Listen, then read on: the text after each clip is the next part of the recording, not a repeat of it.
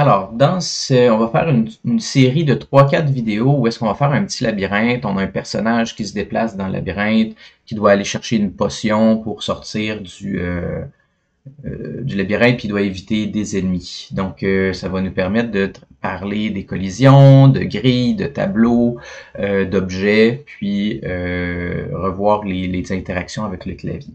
Je vais le faire en petits morceaux. Donc, aujourd'hui, dans cette vidéo-là, on va faire juste la grille. Après ça, on va faire le personnage. Ensuite, on va faire les ennemis. Après ça, on va faire les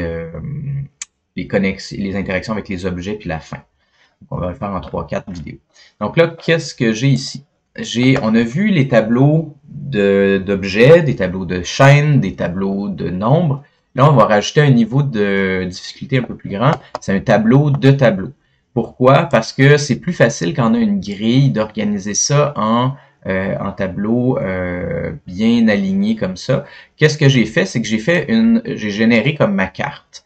Puis là, j'ai décidé arbitrairement, c'est moi qui ai décidé que si c'est un X, si c'est un X, ben, je vais mettre un bloc. Puis si c'est un 0, ben, je vais mettre le sol. Mais vous pourriez mettre S pour sol, B pour bloc, c'est vous qui décidez. Puis, vous voyez qu'en ayant tout ça bien aligné ici, j'ai une rangée. Puis, je vais aller récupérer ensuite chaque élément dans ce tableau-là pour dessiner soit un bloc, soit un sol. Puis ensuite, j'ai la rangée suivante. Fait que quand on a des éléments qui sont alignés en grille, c'est plus facile d'utiliser un tableau qu'on va appeler à deux dimensions. Deux dimensions quand c'est un tableau de tableau. Ensuite, ce que je vais faire, c'est que je vais passer au travers de tout ça, puis je vais générer des objets pour chacun des éléments que je vais mettre dans ma liste de tuiles ici. Donc, juste pour que ça soit clair, ça c'est juste pour au début, puis vous pourriez avoir différents niveaux, par exemple, le niveau 1, niveau 2, niveau 3, puis on vient générer notre carte en fonction de... on vient générer nos tuiles en fonction de la carte qui est là. Donc, ce que je vais faire, je vais avoir une fonction qui s'appelle générer la grille, que je vais appeler au début. Juste une fois, je ne le mets pas dans ma boucle de jeu parce que je veux juste le générer une première fois au chargement de ma page. Puis pour ça, comment ça fonctionne? Mais on avait vu qu'on utilise une boucle for pour passer au travers des éléments d'un tableau. Mais comme on a deux tableaux, on va avoir besoin de deux boucles for. Une qui se récupère la rangée. Puis une fois qu'on a récupéré la rangée, on va avoir une deuxième boucle for qui va passer dans chacun des éléments. Donc, on va avoir for comme ça. Puis, qu'est-ce qu'on va utiliser comme variable ici?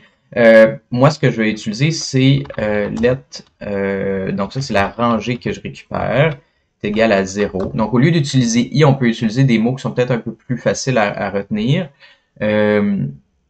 Puis, on continue tant que rangée est plus petit que ma carte.length, rangée plus plus. Donc, je récupère une rangée à la fois.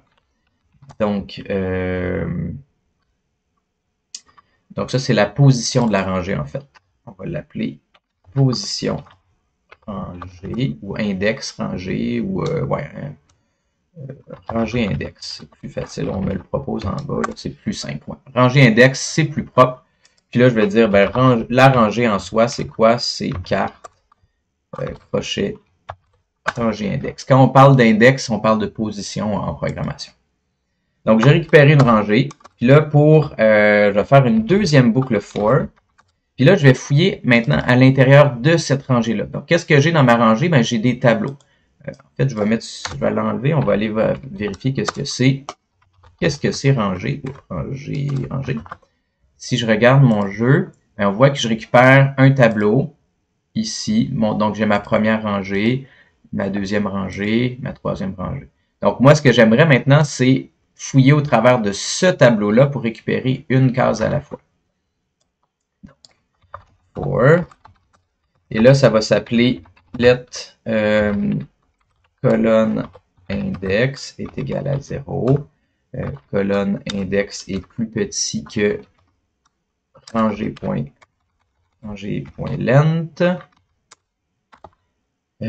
Colonne index plus plus. Donc là, maintenant, je sais, au début, je vais faire un console.log, vous allez voir. Rangée index virgule, colonne, index. Donc, j'ai ma rangée, donc ça va être l'équivalent du Y dans ma case, là. Donc, j'ai mon index, je vais commencer à la ranger 0. Ensuite, je vais faire ranger 0, colonne 1, colonne 2, colonne 3, colonne 4, etc. Ensuite, je vais arriver à la rangée 1, colonne 0, colonne 1, colonne 2, etc. Donc, on voit que 0, 0, 0, 1, 0, 2. Donc, ça, c'est la rangée. Ça, c'est la colonne. Puis ensuite, une fois que j'ai terminé, je m'en vais faire la rangée 1, toute la colonne jusqu'à 9, etc. Super. Maintenant, j'aimerais créer un bloc pour ça. Donc, let, on va l'appeler, c'est un objet tuile. Ça va être un objet vide pour l'instant. Ça va être plus simple de le faire comme ça. Ou je peux le faire, on va le faire comme on avait fait dès le départ. Moi, je pourrais dire X, on va dire, ben, ma tuile en X, c'est quoi? Ben, je sais que mes tuiles vont faire 50 de largeur, 50 de hauteur. Donc, ce que j'aimerais, c'est où est-ce que je suis, donc ma colonne de mon index, fois ma largeur pour que je puisse décaler mon élément. Donc, non, c'est pas ça, c'est colonne index fois 50 parce que ma tuile fait 50 de large. Y, j'aimerais ma rangée maintenant, rangée index fois 50 aussi, hauteur 50, largeur 50, image, new image, comme ça. Puis, ben là, la source, ça va changer. C'est là que je pourrais décider d'arrêter là. Si jamais j'ai mis ce que je récupère dans ici, donc là, il va me rester à récupérer ma petite case. Si ma case c'est un X, ben ma source, ça va être un bloc. Sinon, ça va être la source, ça va être, comment dire, le sol. Donc, je vais récupérer le type. Le type, ça va être rangée, crochet, colonne, index. Donc, on se rappelle que ça, c'est un tableau. Je suis en train de passer au travers de ça. Et là, je vais récupérer la sorte ou le type en utilisant cette position-là maintenant. Si jamais vous trouvez ça difficile, faites un debugger ici pour voir vraiment où est-ce que je suis dans mes boucles. Puis là, maintenant, je pourrais dire, une fois que j'ai créé ma tuile, if type égal à x avec un x majuscule, parce que c'est ça que j'ai mis dans ma carte, ben, au tuile.image.src est égal à 7 image, puis là je pense que je l'ai appelé tuilebloc.png, tuilebloc.png. Else, dans tous les autres cas, ben ça sera du sol. Au tuile.image.src égal à 7 image tuile sol.png. Donc, qu'est-ce que je viens faire là? C'est que je viens de créer mon objet avec une boucle. Donc, je vais avoir autant de tuiles que j'ai de rangées fois de colonnes. Fait que là, si j'ai 10 rangées fois 10 colonnes, ben, je vais avoir 100 tuiles qui vont s'ajouter dans mon tableau éventuellement. Donc, pour ça, il faut que je les ajoute à mon tableau. Là, le fait que j'ai créé un objet que j'ai assigné ici, ben, ça fait pas que je vais pouvoir les dessiner correctement. Donc, j'ai un objet de tuile ici, qui va contenir tous mes objets. C'est un tableau d'objets. Puis je vais l'ajouter. On a vu qu'on pouvait ajouter un tableau avec la méthode push. Puis là, je vais juste rajouter aux tuiles. Et là, le fait que j'ai utilisé let dans une boucle for, ça fait que cette variable-là, elle n'est pas globale. Elle va vivre le temps de ma boucle.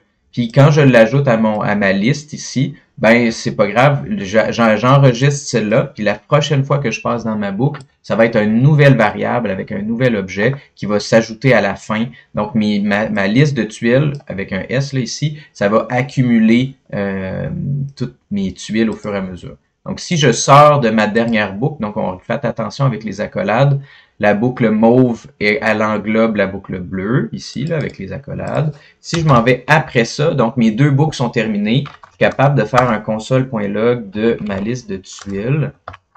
On va aller voir. Ben là, on voit que j'ai 100 éléments.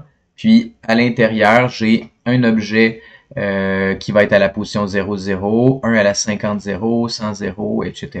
Et que ça va me permettre de vérifier tantôt mes collisions aussi. Donc, je vais être capable de dire mon objet, y a-tu collisionné avec les éléments à cette position-là, la hauteur, la largeur, puis j'ai mon image qui est déjà définie ici. OK, super. Maintenant que j'ai ça, ben, moi, dans ma boucle de jeu, ma grille est faite. Je peux la fermer temporairement. Ben, 60 fois par seconde, je vais passer au travers de cette liste-là d'objets, puis je vais les dessiner sur ma page. Donc, là, j'ai pas un tableau de tableau, j'ai juste un tableau d'objets. Donc, j'ai besoin d'une seule boucle for. Let i égale 0. I est plus petit que tuile.length. I plus. Là, 60 fois par seconde, je vais faire un au contexte, draw image, puis that's it. Let tuile égale à tuile au pluriel, crochet I. Donc, faites attention, j'utilise le pluriel pour indiquer que quand c'est des tableaux, donc c'est une liste, il y a plus qu'un élément, fait que ça me permet de mettre au singulier quand je récupère un élément de cette liste-là. Il ne faut juste pas se tromper, là, des fois, ça peut créer de la confusion. Puis ensuite, ben là, je vais dire au context.drawImage, ma tuile.image, tuile.x, tuile.y, tuile.largeur, tuile.hauteur. Puis avec ça, je devrais avoir ma grille qui se dessine sur mon fond. On va aller voir. J'ai fait une faute je pense, dans mon image de sol. Ici, j'ai une erreur. Ça me dit que l'image est brisée. Ça veut dire que j'ai mal écrit le chemin vers mon image. Ah, image avec, effectivement, vous voyez, mon erreur, ça me disait que c'était broken dans l'image. Ben, il faut que j'aille vérifier la source de mon image, puis j'avais oublié un S ici. Donc ici, ben là, tout d'un coup, si je rafraîchis, parfait, j'ai plus d'erreur, puis on voit que ma grille, elle est dessinée. Si tout d'un coup, je viens changer ici ma carte, ça va générer autre chose. Donc l'avantage, c'est qu'après ça, on the fly, je pourrais dire, ben j'aimerais un 0 à la place ici. Et je viens de rajouter une case de sol ici. Je pourrais faire ça de façon aléatoire. Là, c'est sûr, si on a un personnage qui se déplace, c'est plus difficile. Mais je pourrais avoir carte 1, carte 2, carte 3. Puis c'est la même fonction qui va générer ma carte. T'sais, si j'essaye... Non, ça c'est correct. Je vais me faire ça comme ça. Donc, je veux pas aller trop loin dans la vidéo, là, mais l'idée, c'est qu'on passe une information, que ce soit un X, un 0, un S, n'importe quelle lettre ou un caractère. Puis en fonction de ce caractère-là, ben, on va on va créer une case, puis on va dessiner ces cases-là par la suite. Je vais arrêter la vidéo là, puis dans la prochaine vidéo, on va déplacer le personnage avec des collisions à l'intérieur du labyrinthe.